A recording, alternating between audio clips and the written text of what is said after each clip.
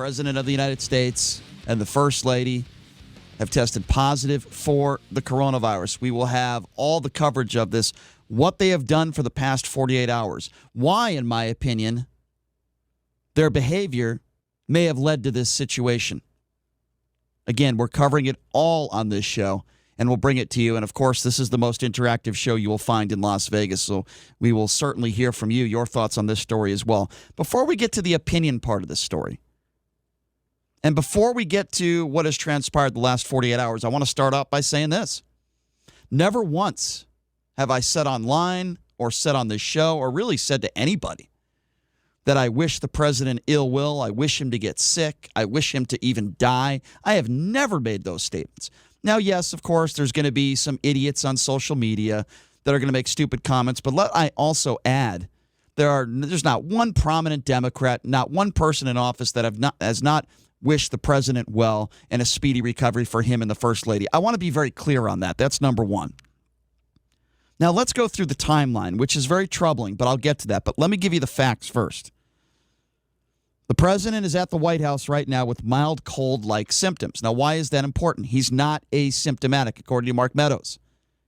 He is not asymptomatic. We've learned good news that the vice president, Mike Pence, has tested negative. And Trump has already canceled events both in Florida and Wisconsin. Biden has been tested, and he is currently awaiting the results. Keep in mind, he was just on a debate stage with Donald Trump a few days ago.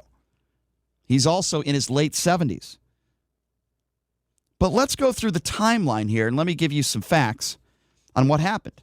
So we're learning that Hope Hicks tested positive for the coronavirus, and some White House staffers who were in close proximity with her were notified of the test result. But here's the problem.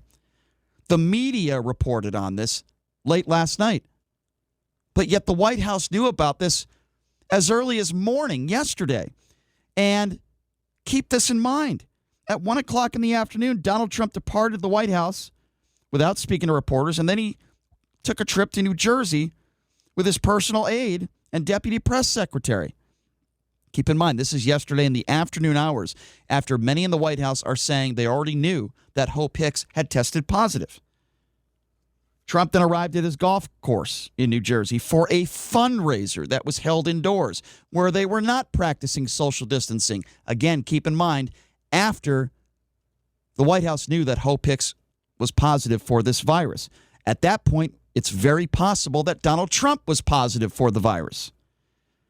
Then he departed and he arrived at the White House, again, not speaking to reporters. We learned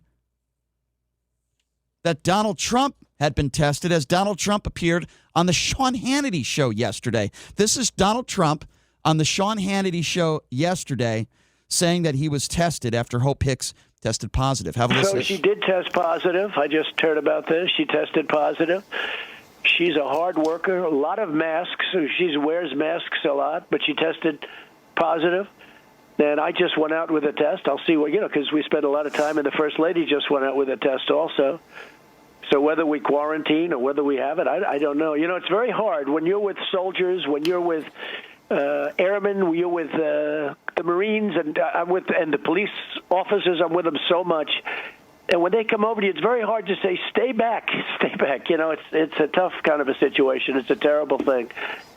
So I just went for a test, and we'll see what happens. Do you see what the president is doing?